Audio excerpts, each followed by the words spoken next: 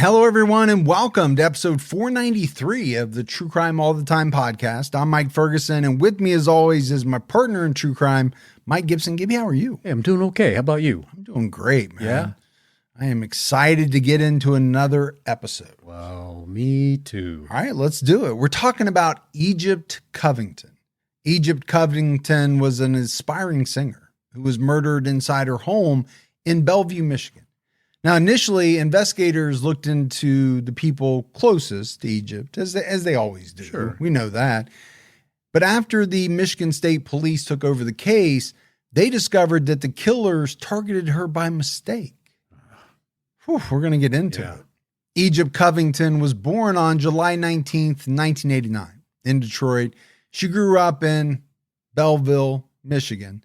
She enjoyed practicing yoga, playing golf, and bow hunting. Really? But the thing she loved the most was singing. She dreamed of having a career in the music industry. You know, I enjoy singing and yoga at the same time. I can do that. You know, I don't want to show off. I can do that one yoga. I don't know what that is. Are you sure you're not mixing up yoga with the Kama Sutra? I just want to make sure. That was like some weird. I think you do the Kama Sutra with others or other. I think you can do yoga with others as well. I don't know. But Egypt won Eastern Michigan's regional country idol. Oh, wow. Competition in 2014. And she once auditioned for the show The Voice. Okay. So, you know, big time. She must have been a pretty good singer. She was described as the type of person who was the life of the party. Probably not something that would be said about either of us. Nah. We can party. We can. I don't know that we'd ever be the life of the party. We're more of a sit back in that corner and just watch. Egypt and her brother, Dwayne Turner, worked together as bartenders at Fraser's Pub in Ann Arbor. They were popular among customers and were known for their performances involving flaming bottles of alcohol. Oh, that's fun. Yeah. It was said that a lot of regulars came in just to see Egypt. So, you know, kind of reminds me a little bit of that movie Cocktail. Yeah. Remember that one with Tom Cruise, you know? That girl named Jordan? I don't remember the girl, but... yeah. You just remember Tom? I don't even remember the movie that much other than he was doing a lot of bottle flipping. Yeah. I don't know if there was anything flaming, but he was flipping bottles. He did flip a lot of bottles, you know? Egypt's friend Kyle Kopic told Fox 2 Detroit, it didn't matter if you knew her for 10 years or 10 minutes. You wanted to be with her and to know and to be around her. She made everybody feel so good about themselves and always had somebody's back. Oh, I love people like that. Yeah, I mean, you know, we talk about a lot of different types of people. Yeah. You know, in these episodes. You have some people that obviously do very bad things or not very nice. And then you have some people who it just seems that they're universally loved by everyone who meets them, knows them. And I mean, that's really the vibe that you get here about Egypt. In 2017, 27-year-old Egypt was planning to start a new chapter with her boyfriend, Curtis Meadows. Curtis said about Egypt, she had this amazing canny talent of seeing you right into your heart. When you met Egypt, you walked away better, feeling better about your day and yourself. Man, that is a special talent right there. Yeah. I mean, it is a talent. I think you're absolutely right. Now, some of it's just natural, right? But to be the type of person that people want to be around and for others to genuinely say that they feel better after having, you know, talked to you or whatever. I mean, that's just, I don't even know what to say. Those are the type of people you want to be around. Yeah. It's an amazing person. Yeah. Egypt had recently gotten a job as a sales rep for Rave Associates, a craft beer and wine distributor. She was still, though, pursuing her dream of being a singer. After 5 years of an on and off again relationship, Egypt and Curtis were fully committed, and they had decided to move in together. That's a big decision. It is a big decision. 5 years is a long time, but I always say it. I think there is, the relationship when you live apart. And then there is the relationship where you're living under the same roof and you're with someone almost, most of your day. Yeah, I mean, except for when you're at work. There's definitely things that you don't know about that person that happens why you are not with them that maybe not they would have issues with. I don't know. Well, you learn things about people when you live with them. Yeah. There's, and sometimes you learn that there are some things that you don't like. Just not okay with that. About that person. Like you said, Egypt first met Curtis when she was 20 and he was 28. At first, the timing wasn't right for either of them. Curtis explained to Dateline that he had a young daughter and he was working a 9-to-5 job while Egypt worked late hours as a bartender and often got home when he was just kind of waking up to start his day. Yeah, those are rough hours to try to have a relationship in at the same time. Yeah, and especially to try to start one. Exactly. So I can understand why the timing wasn't right. Egypt was seen on the night of June 22nd, 2017. She attended a yoga class with a friend. She texted her stepmother about getting off the family phone plan and texted her siblings about wanting a puppy and also a photo of her niece. I mean, who doesn't want a puppy? Puppies are awesome. Yeah. I like puppy breath. But it just sounds like normal stuff, right? It does. Normal everyday type things. On June 23rd, Egypt didn't respond to Curtis's usual good morning text. And normally he said she always responded within 15, 20 minutes. Right. And so, here's kind of the point that we always get to where, when does someone start to worry? Now, I don't know that we're at that point just because you've gone past the 15, 20 minute mark. Right. But obviously we know it's going to get there. And looking back, this is the first kind of indicator. You text your wife, "Good morning, baby"? No. My wife gets up like 4 hours before I do. She's already up. She already had her good morning by the time you wake up. And goes to bed like 6 hours before I do. So we have very different schedules, but you probably don't want to rub it in when you say, "Good morning, baby." Yeah, and it's like I've been up for 4 hours. It's 10 o'clock. Yeah. Yeah, she wouldn't like that. She's getting ready to have lunch probably or whatever. So he said, Curtis did, that he wasn't worried at first, but as the hours passed with no contact, he became concerned. And so he decided to stop by Egypt's duplex after work. He found her car in the driveway and the exterior door to the units open. Once inside, Egypt's apartment was on the left and her neighbor's apartment was on the right. Curtis walked in and was greeted by Egypt's dog, Ruby, who was trying to lead him somewhere. Yeah. He took a few more steps inside and found Egypt's body on the living room floor. And, we talk about dogs a lot. Dogs are amazing for a variety of reasons. Yeah. We talk about specialty dogs, cadaver dogs, drug sniffing dogs, but just regular everyday pets. Yep. Loyal. They do stuff like this.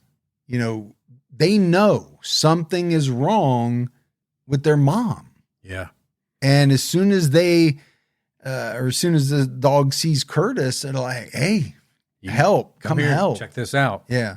So, it's heartbreaking all around. Obviously, we know that a young woman has lost her life. Yeah. Egypt had been shot in the back of the head. Her hands were bound behind her back with Christmas lights. And as a boyfriend, a husband, a partner, I don't even know how you process the scene. Can't even fathom what he had to think at that moment. No, he was in shock. He ran outside to get his phone to call 911. Curtis said in his 911 call, "I just showed up at my girlfriend's house and I walked inside. She's there, tied up. She's dead. There's blood around her head. She's dead." He could be heard sobbing as he waited for the police to arrive. Officers from the Van Buren Township Police Department responded to the call. The police confirmed Egypt was killed by one gunshot to the head. One of her couch cushions was pressed against her head to muffle the gunshot. It sounds almost like a hit. Yeah, or somebody who knows. I mean, I guess you don't have to know something about trying to lower the sound of a gunshot. I mean, movies, TV, we've all seen somebody use a pillow or in this case, a couch cushion. But a lot of times when you think about, one to the head, right? That is kind of a hit type mentality. Yeah. Now you've got the cushion involved. I see how you could maybe make that connection. The hands tied behind the back with, Christmas tree lights. Yeah. Seems like a strange thing to use, but that may have been the only thing that the person saw, right away. Egypt's mother, Tina, recalled the devastation of learning that her daughter was dead. She said, "I just dropped, and all I can remember is screaming and crying, not my baby, and how could that happen?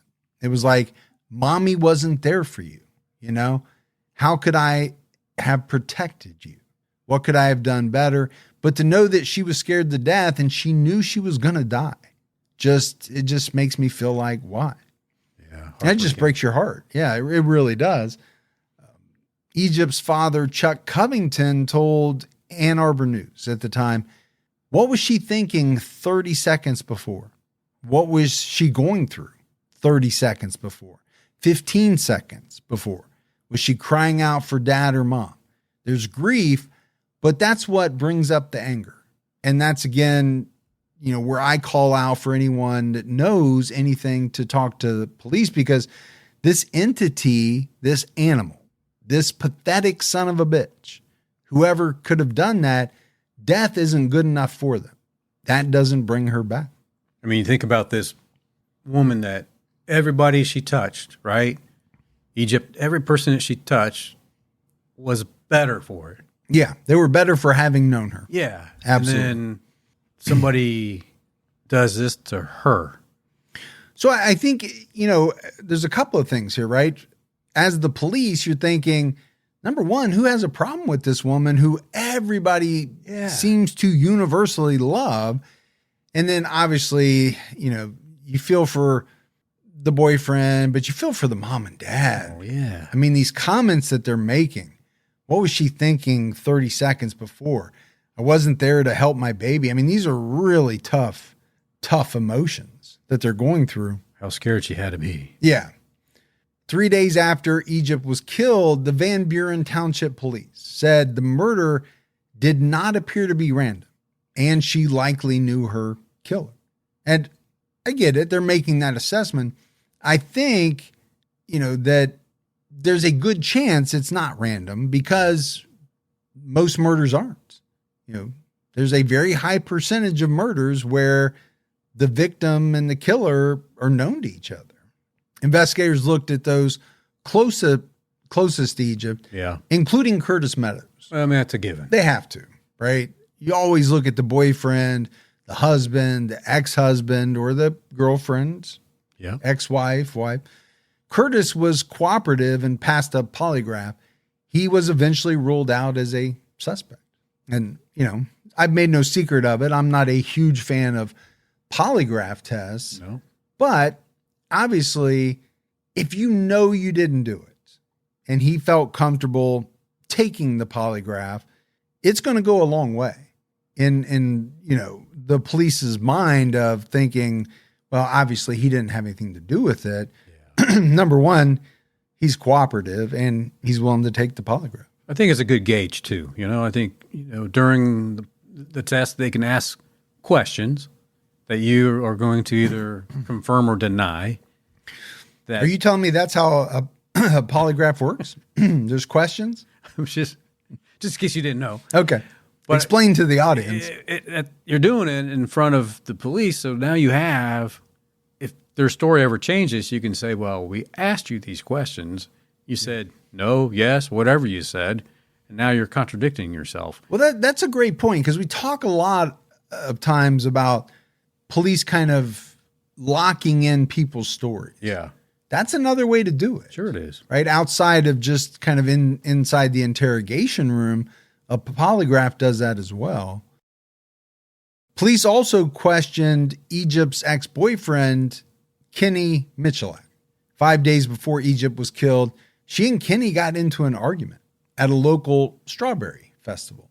Egypt's stepmother, Kristen, told Dateline that Egypt planned to tell Kenny, who wasn't taking the breakup well, that she could no longer have him in her life because she had moved on with Curtis. I mean, good for her, right? I mean, that's what you should do when you're in a new relationship is, in that old one. And be honest. And be honest. Like, hey, we had whatever we had. Good knowing you, but... Yeah, I don't know if that's the exact way I would word it. People may not take that. But to be fair to my new relationship, I got to let you go. Yeah, I mean, I think that part's fair, but I'll see you when I see you, or whatever you said. It's a little... I'll see you when I see you. But police also noted that Kenny failed the polygraph test. Kenny told police and a PI hired by Egypt's family that on the night of the murder, he was bar hopping with friends. He returned home alone and streamed shows on his phone. Kenny also said he handed over his phone to authorities to confirm his alibi. He denied harming Egypt and said she was like family to him.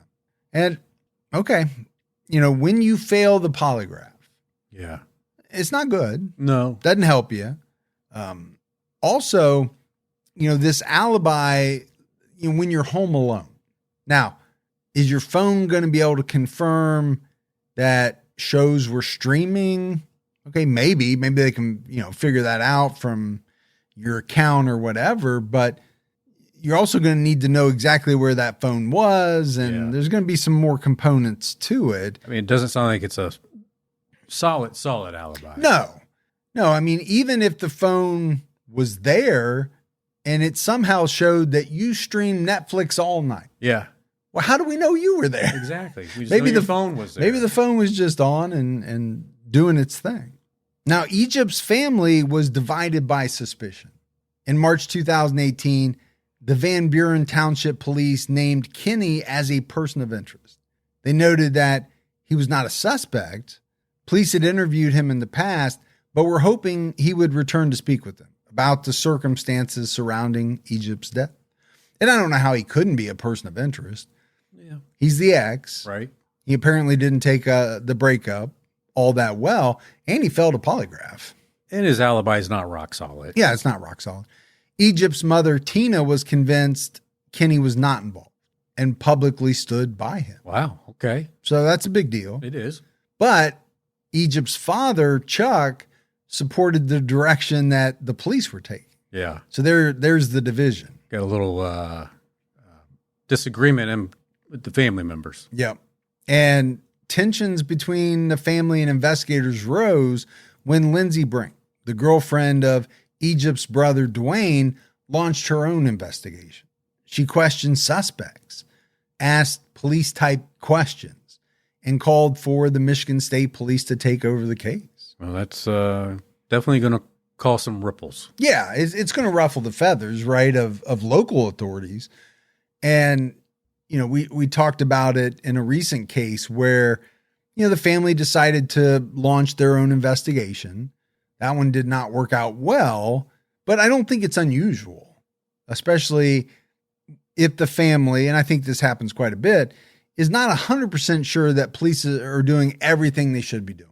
Yeah, I mean, it's going to have an impact on the ego of the investigators of the current case, right? I mean, you're basically saying, we appreciate what you're doing, but we don't think you're qualified. You're messing it up, or you're not getting the results quick enough, or whatever it is. It's like being put on the bench. Yeah, and I think it's going to strain the relationship, and it often does.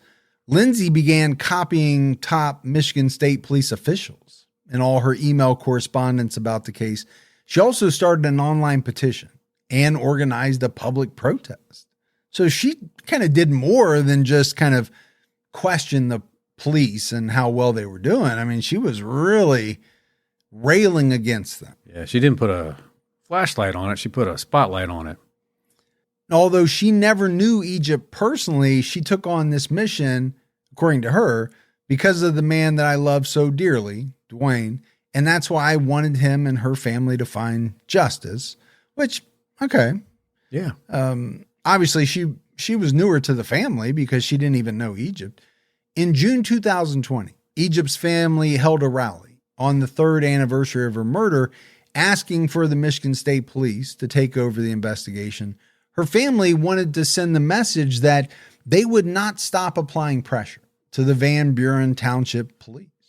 Now, you get 3 years on, I can imagine the family's frustration is grown to maybe its breaking point by that time.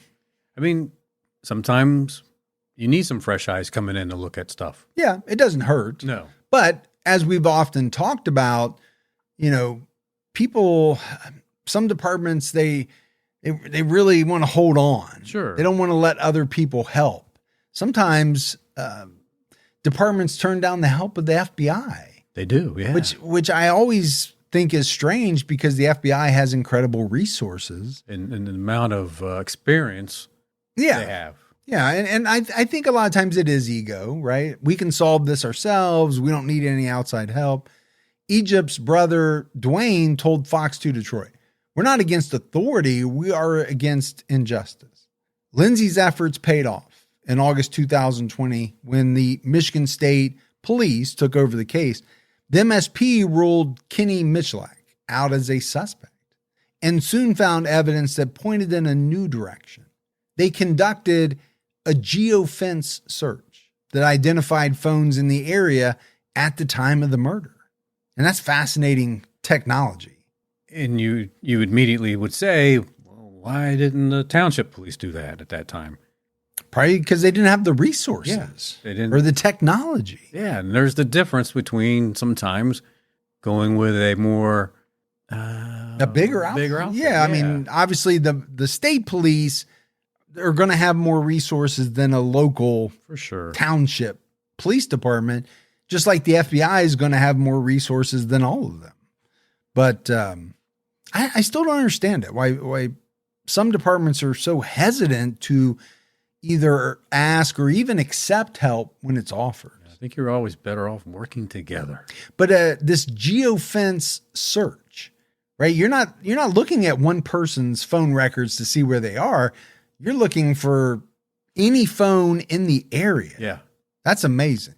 It's going to give you a pool of phones, and you can figure out what you want to do with it from there. Detective James Plummer determined that one of those phones was in Egypt's house. At the time, police believe she was killed. The phone was linked to Shandon Groom, an Ohio man with no obvious connection to Egypt. Surveillance footage showed Groom's blue truck pulling into a convenience store near her duplex around the time of the murder. So, you can say what you want about the family. Should they have railed so hard against the local police department? You can say what you want about the local police department, but there's no denying the fact that the state police kind of broke this thing once they got their hands on it. Yeah. Seems like it didn't take them very long. No. So, that part is kind of undeniable. According to NBC, while geofencing is a useful tool for law enforcement, its future is uncertain. It allows law enforcement to gather anonymous location data for anyone whose location history is turned on and is in a designated area during a designated time. According to Google, this setting is off by default. I mean, look, is it a perfect tool? No, but it's a tool. Yeah. Right. It's a tool that if you can access that information, it may or may not help at all. But in this case, it seems like it might be helping. Well, it's one of those tools where you can't exclude people. Yeah. Because if the killer had their location turned off, they wouldn't show up. Right. So just because your phone wasn't there, you can't exclude somebody, but it could help identify an individual. And it seems like that's kind of what it did here. Investigators used the data to identify and track a potential suspect's movements in or around a crime scene. Google is the main recipient of most geofence warrants. In December 2023, Google announced that throughout 2024, changes would be introduced so users' location data is unavailable to Google. They probably got tired of getting all those warrants. Or people thought it was an invasion of privacy. I mean, there are a lot of things that people think are an invasion of privacy. I don't like the fact that I search for something on Google, and then the next time I go on YouTube, the very first ad I see is what is exactly what I just searched for. Of course. Or just sitting here, if we talked about something with our phones here, you'd go in and you see it. But, talking about, the this geo fencing here. I mean, you see when you pull up something and it says, do you want to use this app only when the app is open, all the time, sometime? Never. Yeah. I mean, when you say when the app is open or all the time, you're allowing this to happen. Well, there's pros and cons, right? I like the fact that I can track my girls and see where they are at any point, especially if they're out going somewhere at night or they're going, why you track out me? to the bar. I still don't understand that. Yeah. That's why I put you on my cell phone plan. Yeah. So I know exactly where you are at all times. I do like that because it doesn't cost me anything. I know. That's how I know how ready I have to be. Do I have 5 minutes notice or 30 minutes notice of Gibby being able to be in my perimeter? Yeah. Google reported that they received the first requests for geofence data in 2016. By 2020, they had more than 11,000 requests. Wow. Google insisted that authorities obtain a warrant if they wanted the data, and the company developed a multi-step process for investigators to follow. So it might be exactly what you said. It just became too much at some point. According to Adam Scott Want, an official associate professor of criminal justice, interviewed by NBC, the geofencing technique offers details similar to a cell tower ping. The difference is that Google's data, which users previously agreed to provide when they agreed to conditions of using the company's services, appeared more accurate.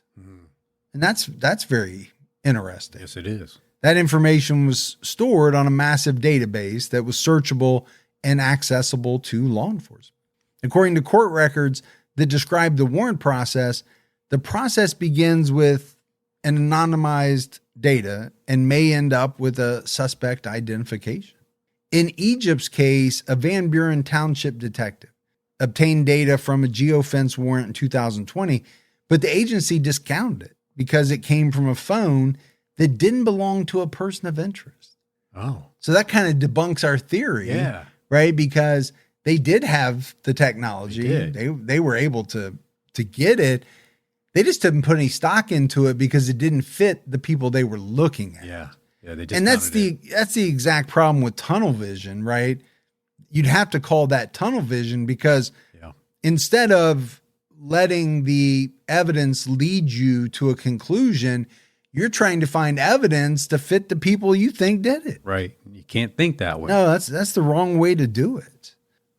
According to Detective James Plummer, they had it and they just never looked into it because they were so focused on the wrong person. Yeah, like you said, tunnel vision. Because geofence warrants require considerable manpower and analysis, they're often reserved for serious crimes. And obviously this is a very serious crime. For example, detectives investigating the Idaho college murders relied on a similar technique. Yeah, as we talked about when we did that case, I don't know, a month, 2 months ago? Yeah, it's been a while ago. Yeah. Civil liberties advocates describe geofence warrants as dangerous and unconstitutional, unfairly casting everyone within the geofence as potential criminals. And I could see that. I could understand how, a lot of people would say, this is an invasion of privacy. Yeah. I didn't do anything wrong, but because I was in the area of the geofence, my name is now coming up as part of a murder investigation. You cast this net, pulled me in, and I don't like it. You know? And my legal side of me says I don't like it either. Yeah, I wouldn't myself. Chris Marlowe senior policy counsel with the ACLU added that this umbrella of criminal suspicion is especially dangerous if the potential suspect is a person of color.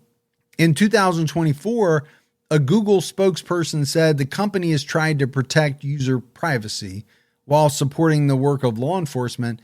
They said, "We examine each demand for legal validity consistent with developing case law, and we routinely push back against overbroad and otherwise inappropriate demands for user data, including objecting to some demands entirely." And, to me, these things are very interesting. Technology becomes available, and often it's used in a certain way that really works. But then the issue of privacy gets brought up, and a lot of times it changes. You think about like the genetic genealogy stuff. There for a while, law enforcement was pulling stuff off all kinds of sites. Oh, they were, yeah. Yeah, but, people brought up the fact that, hey, I didn't put my stuff on Ancestry for you to look through for potential crime. So some changes had to be made. And I think it's the same type of deal here. In California and Virginia, where geofence data was used to make an arrest in 2 cases, an appeals court and a federal judge found that the technique violated the Fourth Amendment. And we mentioned it, right? In December 2023, Google announced an overhaul to its location history policy that will move user data from the sensor vault, which is kind of their internal company database, to the user's phone.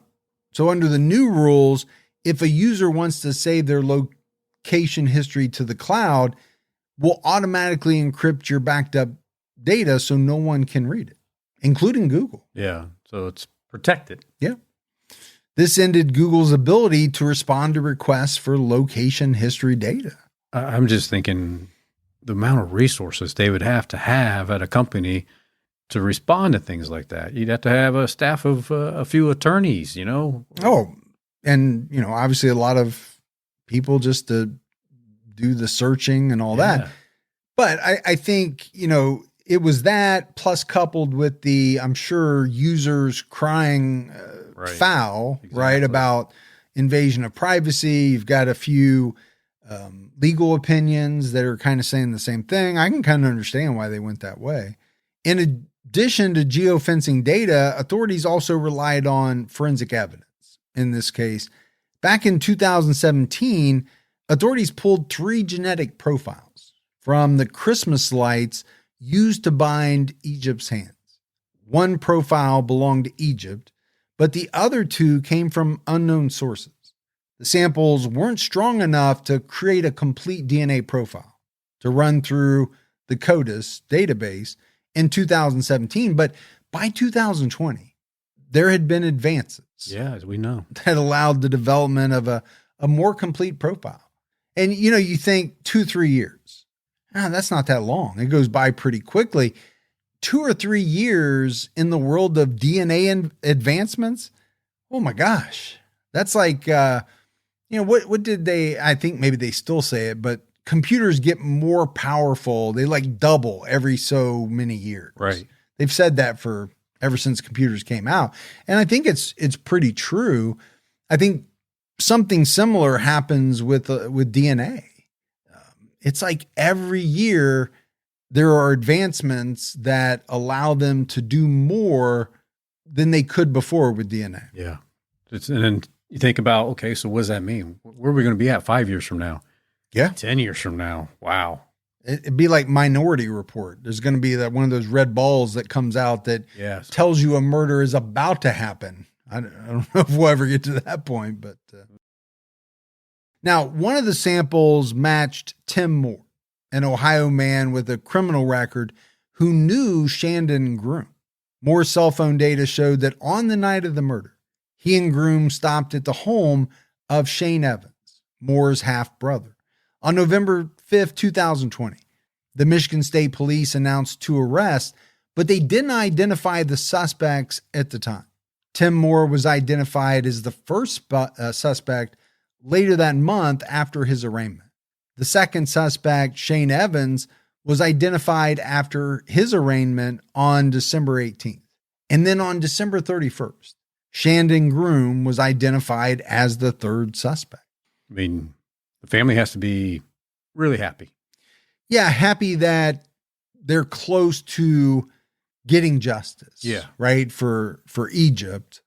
Groom was charged with first-degree murder, felony murder, first-degree home invasion, and 3 counts of felony firearm.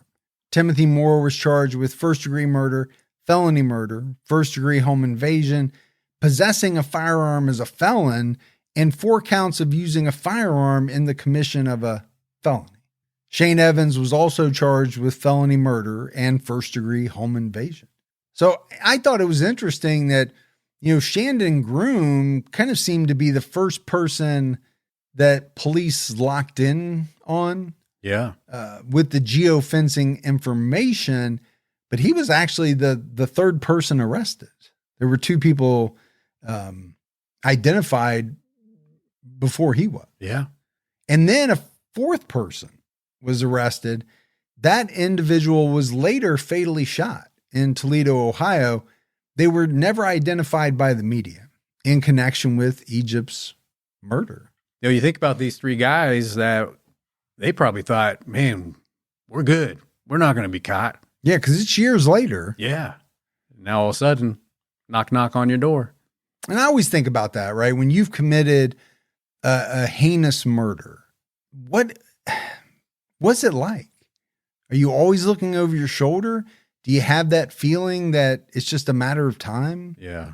Or does every knock on the door kind of spook you and where you think, well, this could be the police? I don't know. Maybe for some people, other people just don't think about it. Right. Because they didn't think about the murder in the first place, probably. Investigators learned that Shane Evans lived down the street from Egypt and worked for the company that cut her lawn. He had been cutting the grass outside the duplex the day before the murder.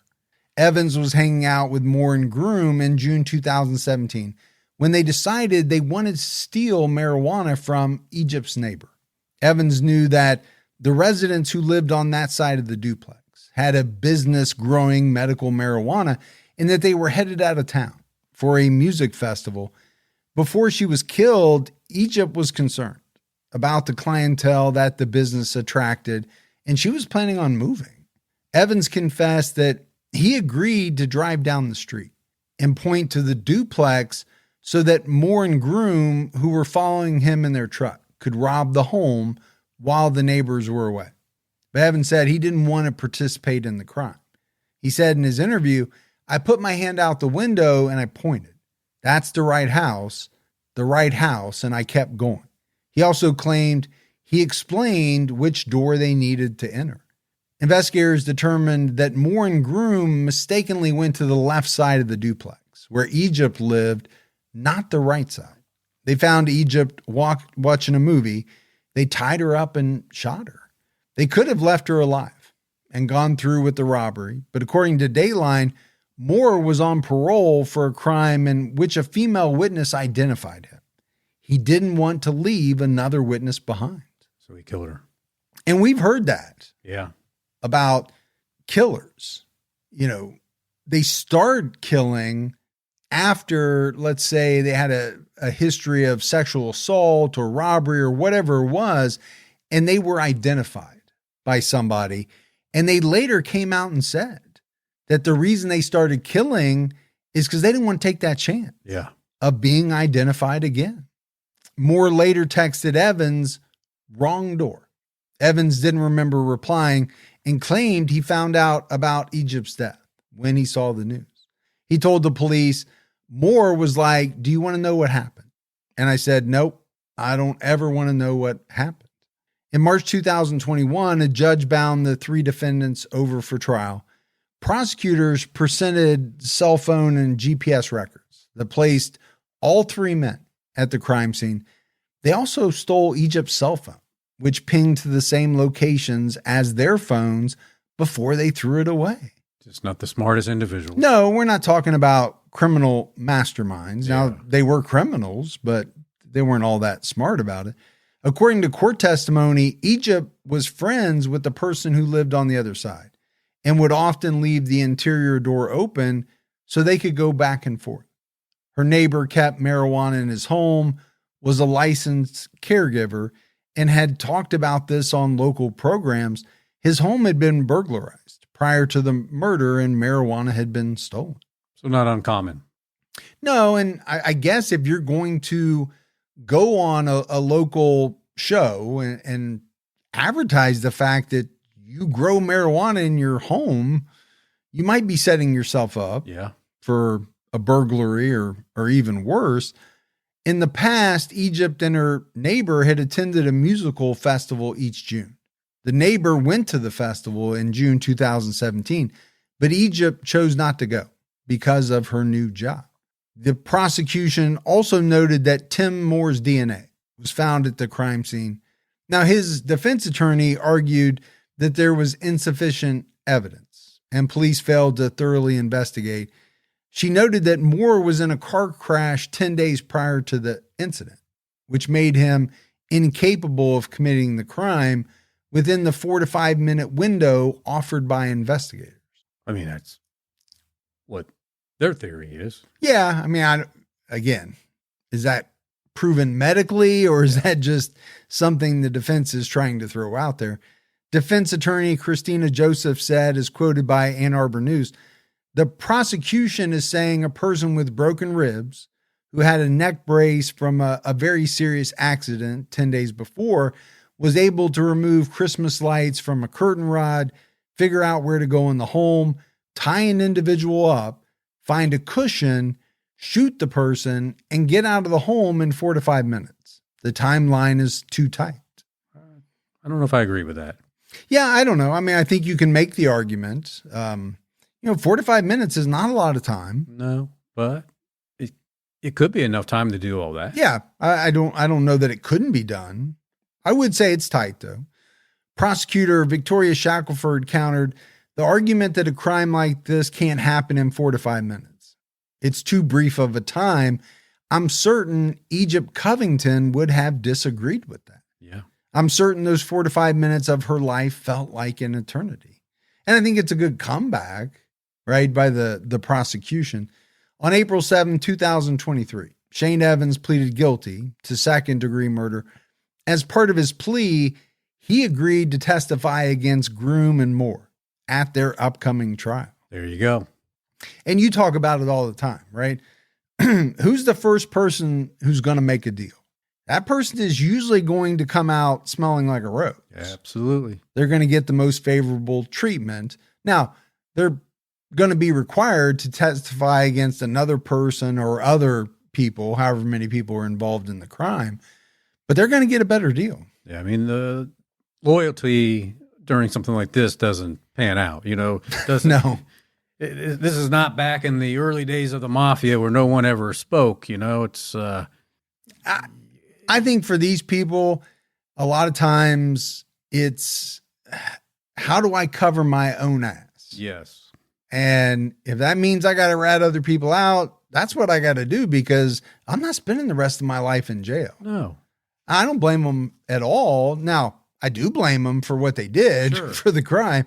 I don't blame them for cutting a deal because that's in their best interest. Yeah. It's also in the best interest, though, of the prosecution because now you have this testimony against the other two that's just going to make your case that much more solid. And you have to think that the prosecution's probably talking to each and every one of them, and whoever says, I'll do it, wins.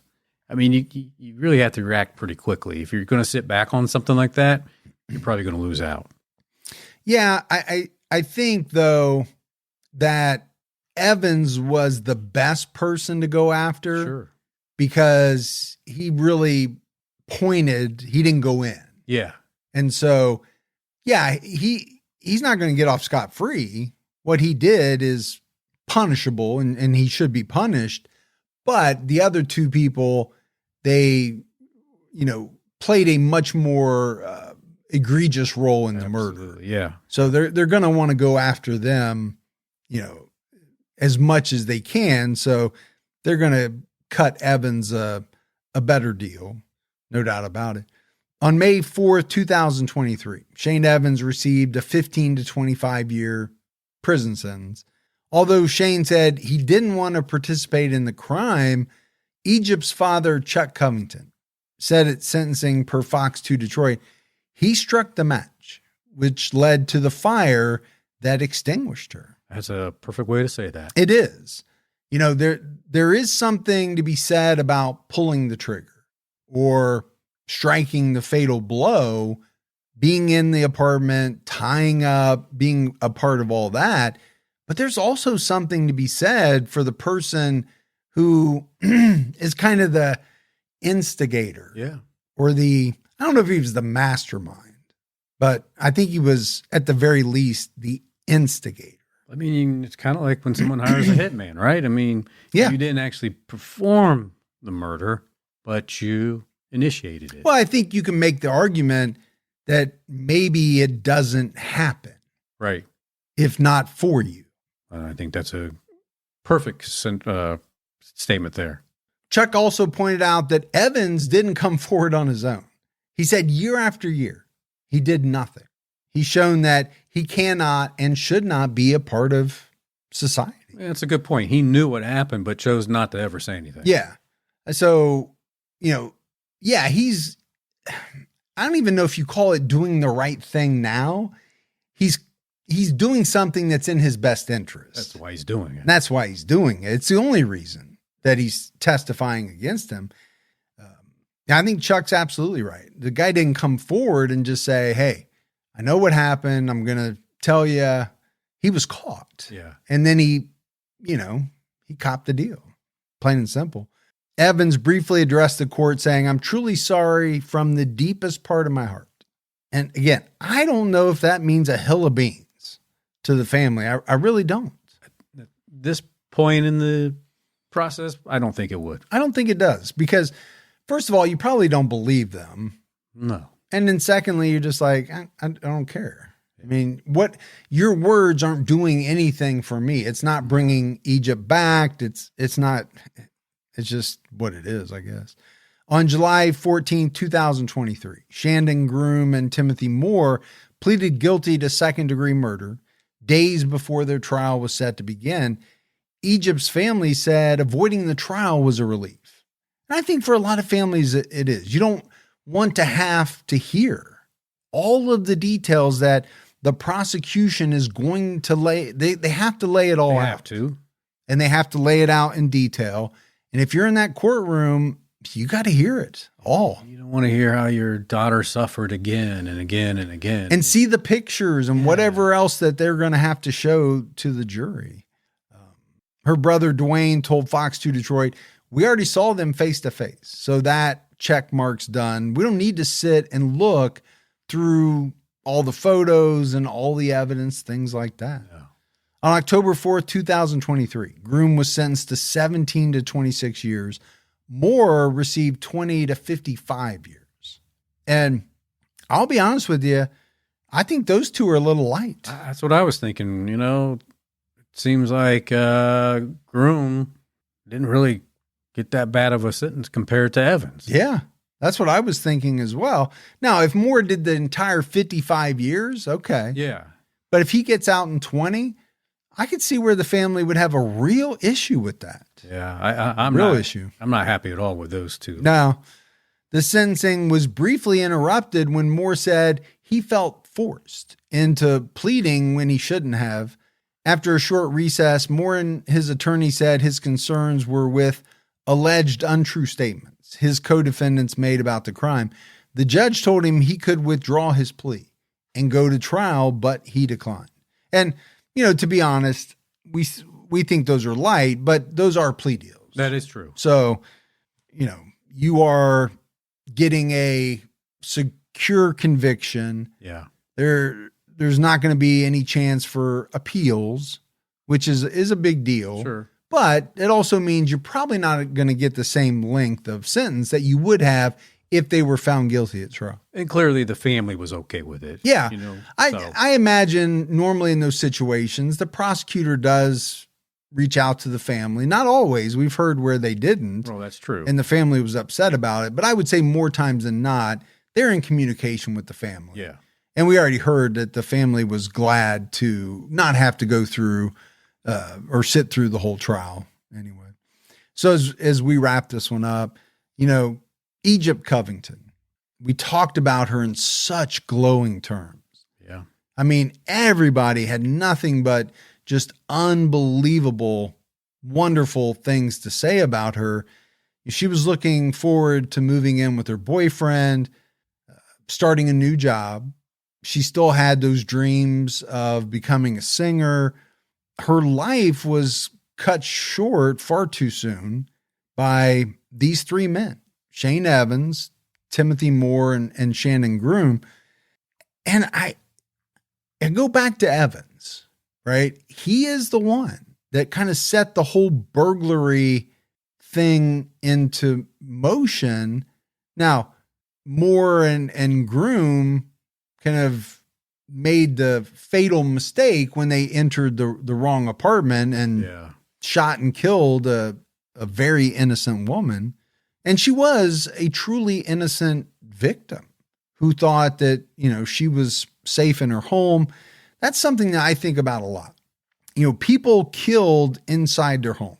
We all kind of think that home is like safety. It's your safe haven. It is. It's the place where you should be the safest. Yeah. Unfortunately, a lot of the stories that we do kind of prove that that's not always the case. And all this for marijuana.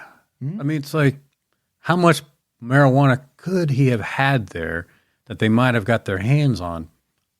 Is there any amount that would justify killing somebody over? No. Well, then I think the prosecutor said it correctly as well.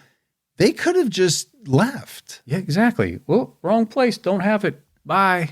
But I think, Moore felt that he would rather kill this woman than risk the chance that she could possibly identify him.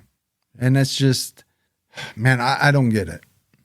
I don't understand it. Yeah, it's unfortunate. Obviously, Egypt was an amazing woman and had the future could have been anything. Yeah, it was bright for her. And you think about all the people that she touched while she was alive.